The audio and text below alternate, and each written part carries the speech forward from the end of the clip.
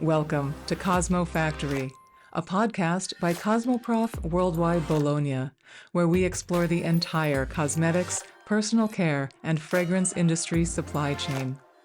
I'm your host, Deanna Utrusky, and here at CosmoFactory, we look beyond the trends to discover the ideas, initiatives, and innovations that are truly advancing beauty. Let's get started. This episode is about brand growth strategy. It's about finding ingenuity at the intersection of consumer insights and industry trends. It's about introducing a brand to consumers in a new regional market.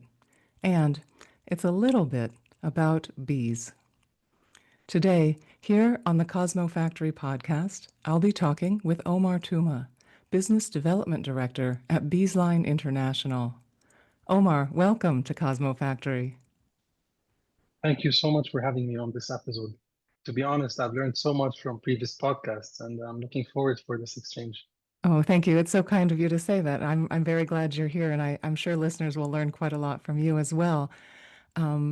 Let's start by helping them learn a little bit about Beesline International. Some of our listeners might not yet be familiar with the brand. This is a brand that formulates products with bee ingredients, such as honey, beeswax, royal jelly, propolis, and your portfolio comprises most of the basics here: skincare, body care, personal care, as well as sun care. My first question for you, Omar, is beyond the ever important attributes, right, of quality, efficacy, safety.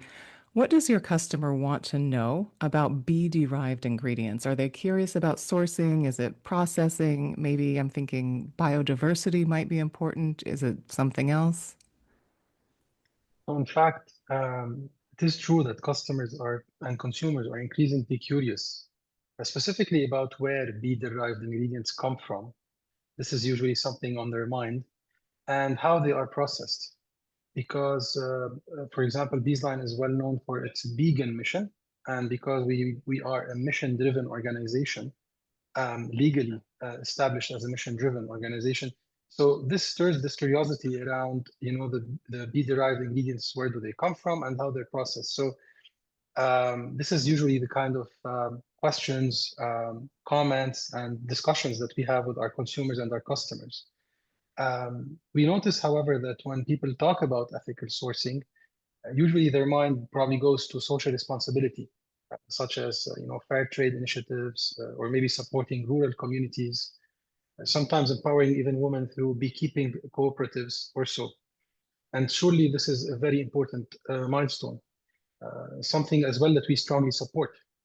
But beyond that, there is a deeper connection to answering these questions that uh, we have tried to tap into, which is for example, one of these things is related to the ethical beekeeping itself. So using bee-centric practices, prioritizing the well-being of the bees, avoiding harmful chemical treatments, respecting natural life cycle of bees, making sure we're harvesting without stressing or disturbing the colony. And this is very important because, in fact, there are many misconceptions over bees. For example, honeybees, when they are managed responsibly, and when we keep them at a balanced density, there is no threat to their biodiversity. And the fact is, the honeybees are not the main drivers of biodiversity. And this is the misconception that exists today. In fact, the true guardians of biodiversity are the wild bees. One fact is that there are around 22,000 species of wild bees in the world. And when you compare that to just 8 species of honeybees in the world, so 22,000 versus 8. And these wild bees are mostly solitary, they're efficient pollinators, but unfortunately, they are the ones that are endangered and decline due to urbanization, habitat loss, pesticides, and pollution. And you can imagine the chain reaction that happens due to the declining or shrinking wild bee population. Flora diversity decreases, then the fauna that depends on that flora decreases. So when customers ask us about sourcing, this is a conversation I'm sure you just noticed that we love to talk about, because we find a low level of awareness on the fact that wild bees are the most essential. and how we can help save them and safeguard them. And while the human aspect, supporting communities is essential and we support it as well, but the ecological aspect is even more important to us. Absolutely. Absolutely. That's also interesting. I appreciate your sharing that. And I think you and I could both talk for quite some time about insect ingredients, but I do want to take advantage of your expertise and focus more on business strategy in this conversation. Before we do that exactly, I want to locate ourselves geographically. Beesline is based in Lebanon and distributed to over 20 countries across the Arabian Peninsula, Northern and West Africa, as well as Europe, including France and Italy. What else should we know to more fully understand the size and reach of this company? So in fact, we are a company of around 200 plus employees. We have another 150 people working, I would say, at the distributor side and the field side. We also are legally present in four countries. So Beesline has legal presence as a company, as a brand, such as in Lebanon, Dubai, China, and France. We're spread across all the continents, as you have already mentioned. We have 6 manufacturing sites, as well spreading across the MENA region. We also have upcoming planned production in Europe in a few years. Um, to mention a few facts about us, the brand is Beesline brand is really dominant in specific categories. We are leaders in specific markets across Middle East. So, for example, Beesline is the #1 roll-on deodorant in Saudi Arabia, which is one of the largest markets in MENA, $3 billion plus beauty market, where we have as well the #1 sunscreen and sellout and market share of Nielsen period. Majority market share in lip balm category in our hometown and in a few other countries. And in some other countries like Egypt, we have as well, we are the #1 ranking beauty brand and the largest drug chain. So this is a bit about us. In the last 3 to 4 years, we were really focused on expanding to Europe. So we entered like maybe around 5 countries and retailers across these countries as well. Wonderful. And we'll certainly talk about your company's expansion into Europe. First, though, I would like to talk through an example of what I call, and I'm not the only one to use this expression, but the smart follower strategy. Many cosmetics and personal care brands have been looking for ways to make packaging more sustainable. Refills often come up as a very compelling solution, but not always the easiest solution, especially when it comes to consumer adoption. I'm hoping you'll tell us how your team approached this challenge. I'm imagining there was some research and a number of steps involved before you actually launched refillable packaging. How did you figure out what would work for your consumer and your business? So you are in fact asking a very important question. It's related as well to what might be called the circular beauty product market. So that is something really on the rise at the moment. So to be very honest, yes, we have been listening a lot to the consumer, to the customers. We've been working on this project for more than 4 years now, 3 to 4 years almost, uh, till the point where we have actually developed now our own offer and our own skin solution when it comes to personal care and skincare in refillable powders. But that journey was not an easy one. So, to be honest, this journey was really focused a lot on a very important step, which was listening and observing. We did not want to venture into just, another refill, especially that when we were talking and we saw that refills have been there for quite some time now.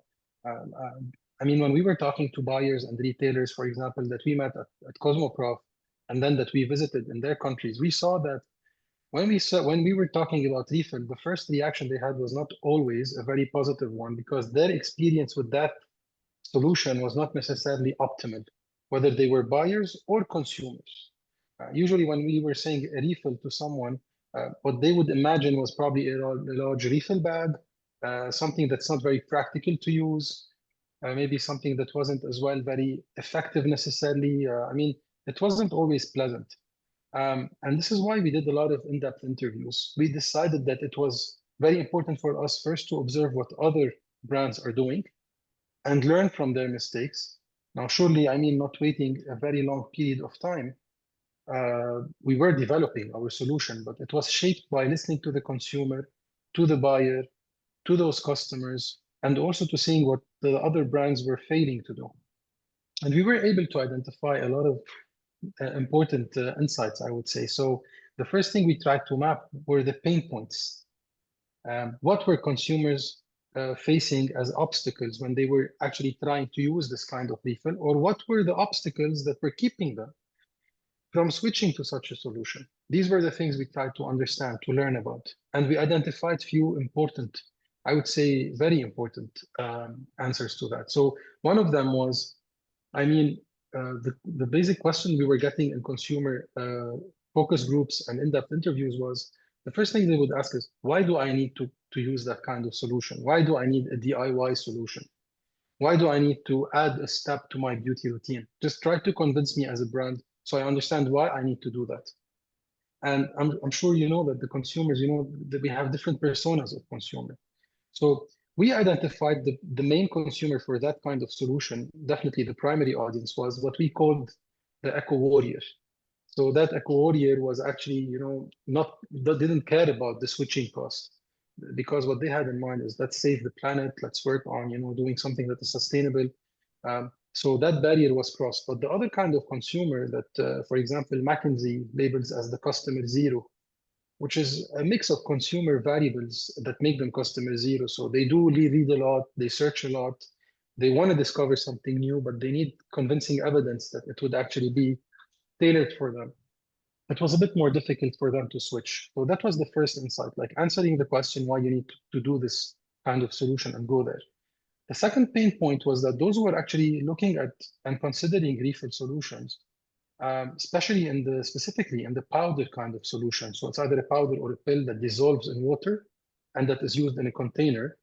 In that kind of area, one of the troubles that the consumer was facing was the waiting time. So on average, the waiting time was spreading long hours for the powder to dissolve or for the mixing to happen. And that was not very pleasant. So imagine having probably to buy, for example, a deodorant on a Monday, mixing it and waiting, for example, till late Monday evening or Tuesday morning to use it.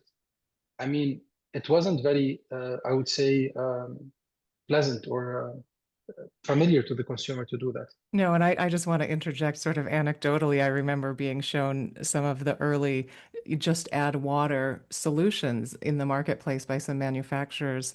And a woman told me that, you would add water and you would shake it and you would, leave it in your shower and in the morning or I think it was 24 hours later, you would have shampoo. And I thought, now I have to remember before I go to bed to make shampoo.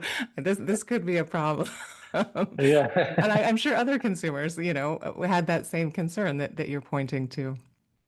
exactly. Yeah, I mean, that was exactly what was happening to them. They were facing these new, I would say, experiences with their beauty product that were new to them. So it wasn't something they were accustomed to. Another problem was as well the fact that they sometimes they didn't even understand what is sustainable about it. Sometimes we were giving them some solutions that were existing on the market and putting them in front of them.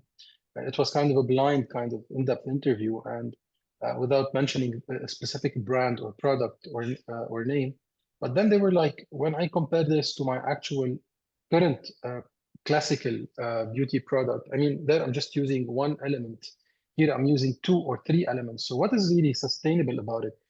And this showed us as well, one of the pain points was lack of clarity and understanding or education on the actual sustainability of those refill. Even the refill bags that were the classical, most I would say basic refill solutions were just stamping these, 70% less plastic, etc., on their label. It was just right in front of the consumer. And I remember one consumer looking at the bag and comparing it to his actual personal care classical product. And the claim was actually just right there on the label. But yet he was asking, you know what, this is a much larger bag. So how come this larger bag is better than my smaller pack? They didn't really get it. And that gave us insights on, that tackling the education and the solution we offer is extremely important to make it simple, clear, maybe providing as well comparatives and benchmarks that the consumer that is consumer friendly when it comes to the language, like Mhm. avoiding maybe large claims that the consumer won't understand. For example, just saying reducing carbon emission by X. This is very important. But I mean, how do they get it? What does it mean? Yeah, I think So that's really smart because if I look back at what I've seen, and I'm sure you've noticed this too, right? The industry has made these incremental steps, even as I suggested, right? First, a product, and you were pointing to that you have to wait before it's ready. And then we make progress, and now you don't have to wait as long with certain powder formulas. And we've had all these ongoing conversations, right? Reducing carbon footprint, less packaging waste, maybe more recyclable or easy return, less transportation. We've had all these conversations. We've done the incremental learning to understand as an industry, as brands, why these solutions are more sustainable, but we've left the consumer out of a lot of them. I think that's an excellent point you're making.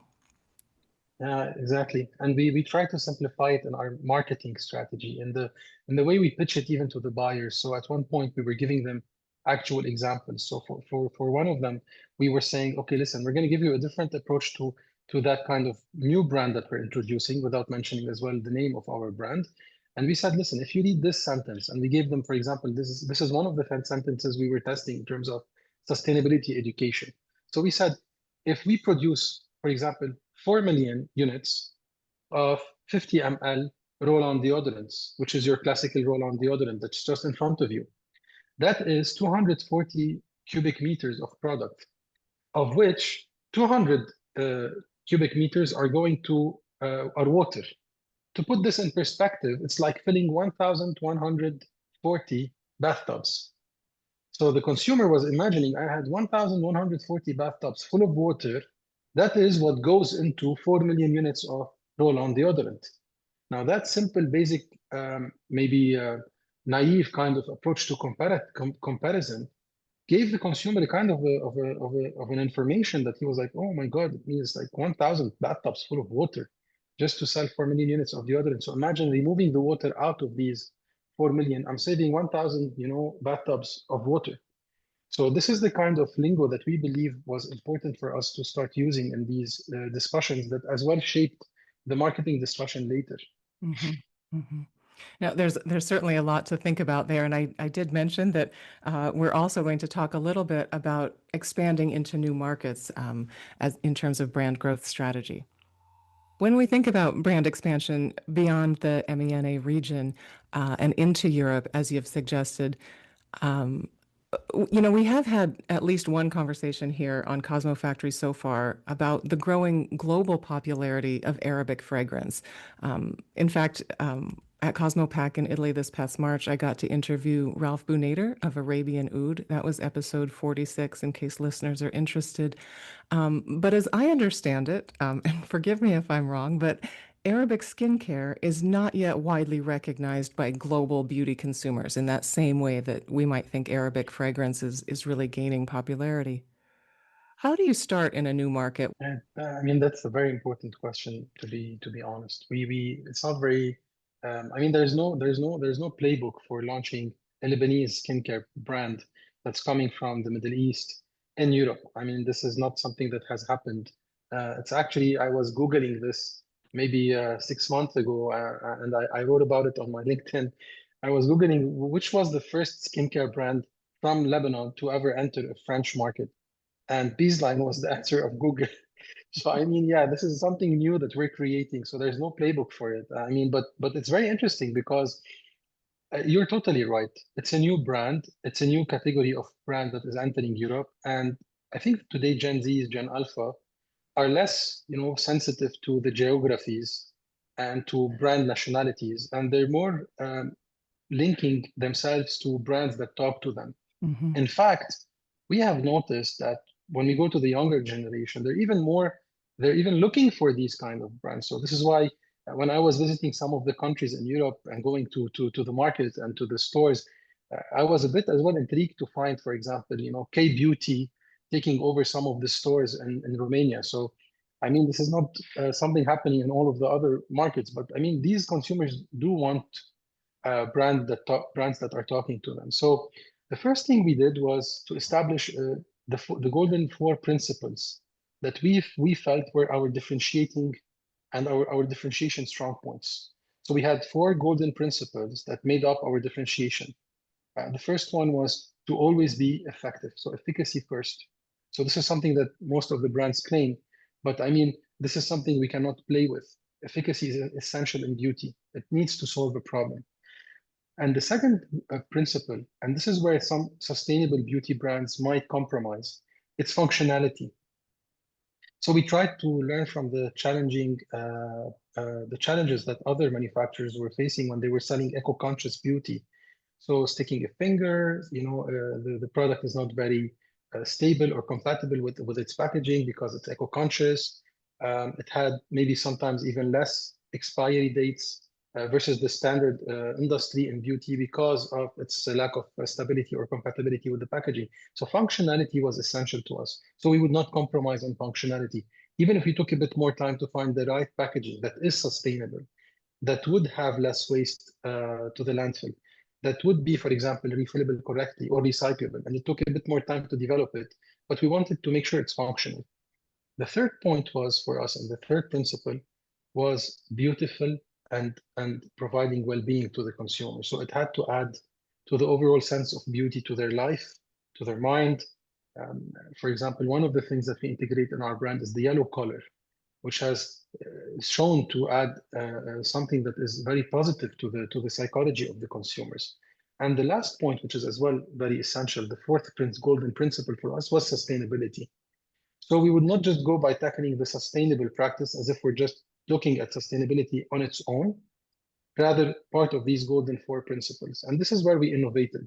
So when we were approaching the buyers and the retailers and the customers, we were not approaching them as just talking about Arabian beauty or Lebanese beauty, or we were talking about a bee product, about a vegan company that was a bit kind of new as well for them to know about a vegan companies looking to save the wild bees, that is providing as well these golden four principles, learning from the mistakes of other brands. And this is what made us different. So that was essential for us in our development strategy. hmm it certainly sounds like a lot of work went into establishing a presence for the brand in Europe. And since, as I think I've already said more than once, your personal specialty is in business development, so it certainly stands to reason the approach you've shared to refillable beauty, to new market entry, are both compelling business growth strategies. I'm always hoping the conversations we have here on CosmoFactory inform and inspire our listeners. So, this leaves me wondering as we finish up our interview here. I'm assuming that the business learnings here are not about, we're not suggesting that every brand should offer a refillable roll-on deodorant or even try to be on the same shelf at the same retailers where your brand is sold in Europe now. But what might business development leaders who are listening now take away from the strategies you've shared that they might adapt to the particularities of their company and their customers? I would mention maybe something that has helped us succeed today to enter actually. So it's a proven concept that we have used, and I'm sure there are many methods, but maybe this is just one of them. So for us, what worked and I feel is important to share is the importance of focus. So developing a business, the world is vast.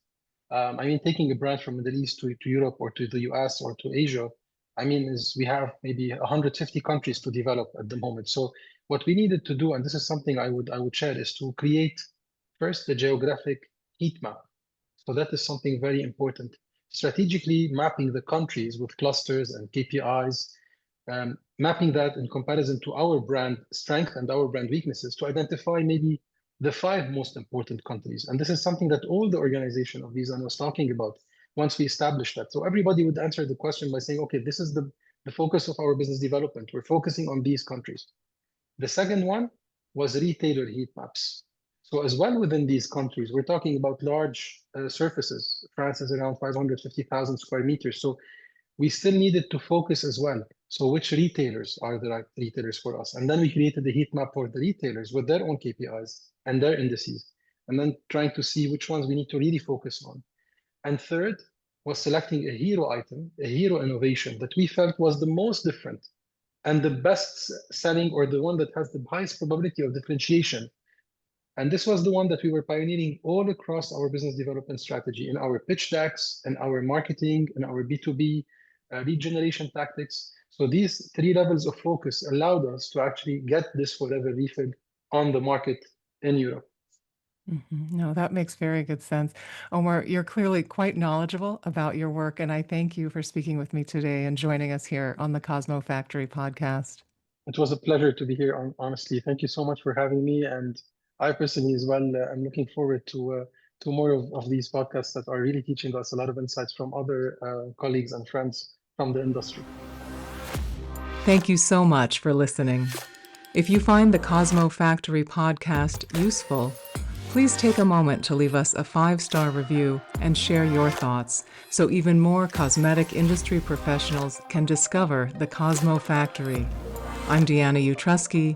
Please join me again next Tuesday for a new episode of the Cosmo Factory podcast.